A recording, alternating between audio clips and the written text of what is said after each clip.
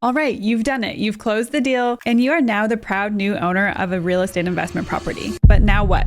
But this is where most investors freeze. What do you do first? Do you renovate? Do you find new tenants, raise the rent, or do you just sit back and celebrate your accomplishment? In this video, I'm breaking down the exact steps that you should take immediately after closing to go from the excitement of I just bought another building to actually making money. So let's get right into it. Step number one is set up insurance on your new building. Now, technically, this is something that should probably be done before closing, especially if you're financing, that's typically a requirement. But if you are purchasing less than 3 units, you can typically have a residential policy. If you are buying more than 3 units, most places will consider that a commercial policy. Step number 2, set up online banking so that you can start making monthly payments. So now that you've officially closed on the building, you'll probably have to start making payments 1 full month after your closing date. So for example, if your closing date was June 10th, then your first official payment would likely be around August 1st. So if you're an auto payment person like I am, I like to simplify things as much as humanly possible just because there's so much on my plate. I like to have all of my real estate investment property mortgages pull directly from my business checking account on the 1st every single month. So make sure that you're getting all of that set up now so that you're not scrambling when it's time for your first payment, or God forbid, you actually miss your first payment. Step number 3, make sure that you have estoppel certificates. So typically when you're buying a building, you're essentially inheriting the tenants and the leases that come along with those tenants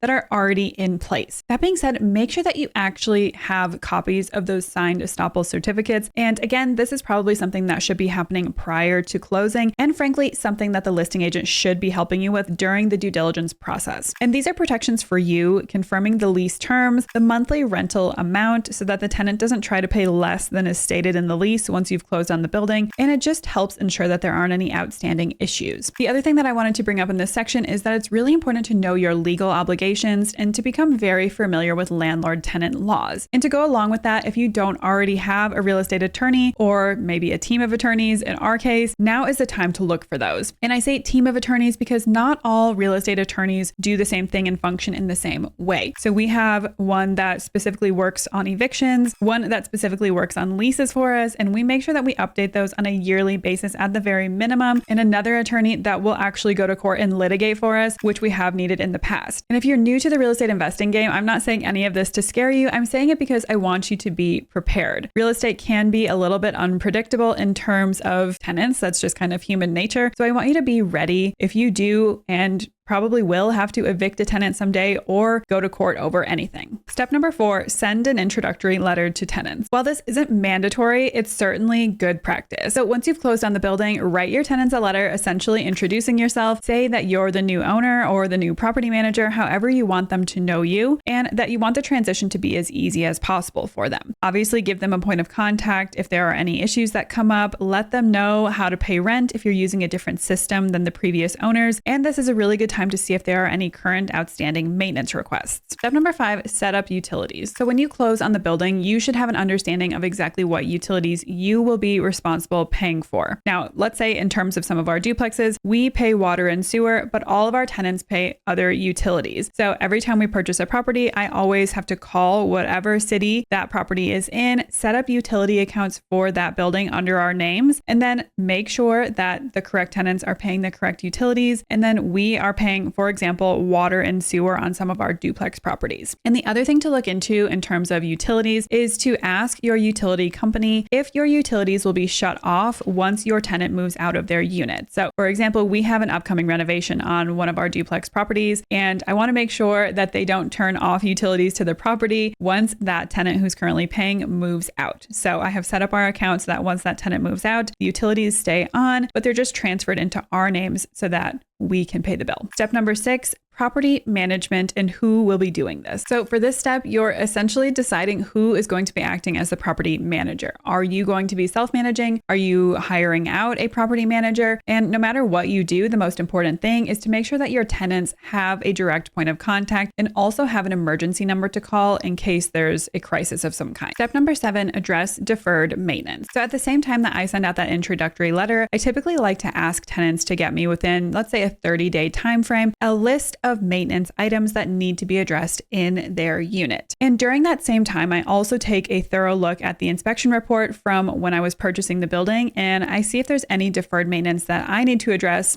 on the interior or exterior of the building that the tenants might just not be aware of. Is the roof leaking? Does the sewer line need to be cleaned out or even relined? Is there concrete around the building? Maybe that's a liability. Are there smoke and carbon monoxide detectors in all of the units? Make sure that you're addressing all of those kind of deferred maintenance items now. Step number 8, figure out how tenants will pay you. Now, this might seem pretty obvious because we all get into real estate investing to make money, but make sure that you have that system set up and in place, especially if you're closing around the first of the month, so that tenants know who and where and how to pay. So we personally like to use Zillow Rental Manager, and I will pop that up on the screen right here if you're interested in checking that out. Now, we have used Zillow Rental Manager from the very beginning, and we've really enjoyed it. It's been great for us and for our business. And we like it because 1, they don't charge us any fees. 2, tenants can actually apply through Zillow. So I can do their entire background and credit check all through Zillow itself. And then 3rd, they can pay rent through Zillow as well. So it's all in one easy and accessible place. But again, if you prefer checks or your tenants to pay in another way, make sure that that is very clearly communicated to your tenants in a timely manner so that they aren't left guessing how to pay rent on the first. Step number 9 is to stay organized. Now, I swear out of all the properties that we have ever purchased, not a single one of the previous owners was actually able to get us a detailed rent roll or a T12. Please do not let that be you. Make sure that you're staying on top of your finances.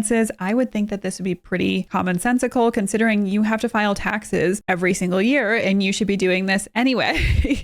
But apparently that's not the norm. So please, let's work on making this the norm. Make sure that you have a digital and a physical copy, all of the items that you need for each property. And in addition to those things, make sure that you are setting up a calendar of when tenant leases are up so that you can send renewal letters as needed. Make sure that you're staying on top of routine maintenance like sprinkler system shutoffs and gutter cleanings, and just actually give your property the time of day. Make sure that you are detail oriented so that probably when you go to sell someday, you can answer simple questions about your property. Step number 10, begin planning renovations. So if you're buying value add real estate, which I highly recommend you do, that's kind of the entire point of real estate investing, then you can start adding value or planning to add value on day 1 by simply getting rents up to market rates or up to the market standard. 2, by renovating the unit so that you can get even more in rent. And 3, by charging for things like parking, storage, laundry usage, and any other amenities for the tenant. And that's a basic principle of real estate investing, right? Is that you want to make money on the buy. So you want to buy that property for as little as possible. So don't be afraid to negotiate on the price. You want to improve that property over time, doing the 3 things that I just listed. And then the goal is to eventually sell high, right? You want to make money on the sell, and you can either 1031 that property or cash out refinance that property into another deal. Step number 11, start thinking about the next deal. So once you've mastered all of these steps, think about your goals in terms of real estate investing. How many doors do you currently own? When and how fast do you want that number to grow? And start thinking about when and if you're going to hire a property manager. This is a great time to think about the operations, policies, and procedures that you would want to teach a future property manager to follow on your behalf. So that's all I've got for today's video. Thank you all so much for watching. If you found this helpful, please do me a huge favor and like this video and subscribe to my channel. And let me know in the comment section down below if you have any questions at all. Feel free to follow me on my social channels right here, and I'll see you in the next one. Bye.